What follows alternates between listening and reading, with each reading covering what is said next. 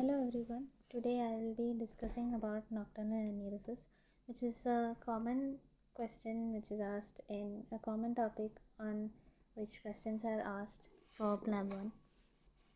Nocturnal enuresis is something which is usually seen in children. So in other terms, it's also called as bedwetting. It is involuntary and it is usually seen in the ages of 5 to 10 years. Now the basic factors which can result in nocturnal enuresis are: you have either because there is increase in urine production, or because of decreased bladder capacity, or because of poor sleep arousal. Now nocturnal enuresis is divided into two types. You have the primary and you have the secondary.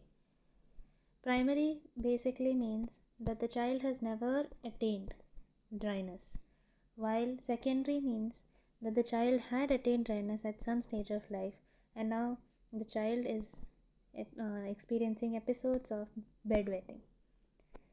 Primary nocturnal enuresis is further divided into two types, which is called as the presence of daytime symptoms and the absence of daytime symptoms.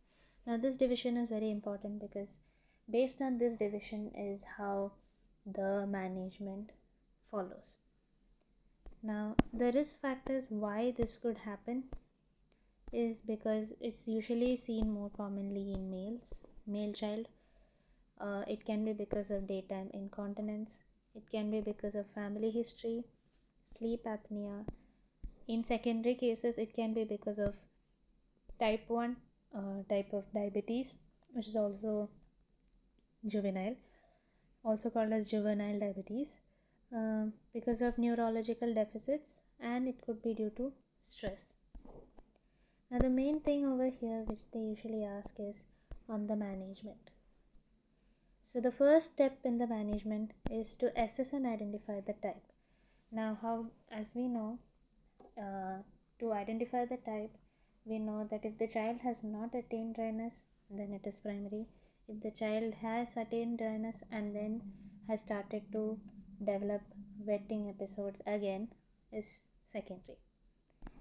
Now we had further divided primary into presence of daytime symptoms and absence of daytime symptoms.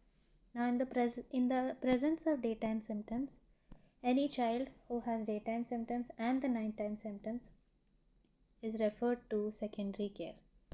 They are referred to secondary care.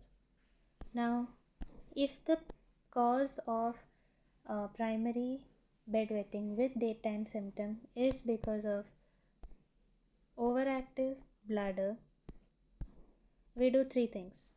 We do behavioral therapy. When behavioral therapy fails, we give oxybutynin, and in some cases we give desmopressin. Now, if there is primary bedwetting with absence of daytime symptoms, we check first for the age. We check if the child is less than 5 years or more than 5 years. If the child is less than 5 years, we reassure the patient, basically the family. If the child is more than 5 years, we check how frequently do these episodes happen. So if these episodes happen less than 2 times in a week, we reassure, and there's positive reward system which is inculcated, which is introduced into the system of management. Now if the bedwetting episodes happen more than 2 times per week without daytime symptoms, then you have two options. You can either choose for long term or you can choose for short term, depending on the scenario. For long term, we use enuresis alarm and reward system, while for short term or for rapid control, like if the child, there might be questions related to the child going for sleepovers and the child having not attained dryness. So in that kind of scenarios, we need rapid control. So in those kind of scenarios, we prescribe desmopressin. And finally, in case of secondary type of enuresis, we refer the patient to secondary enuresis clinic. So this comes to the end of nocturnal enuresis. Thank you.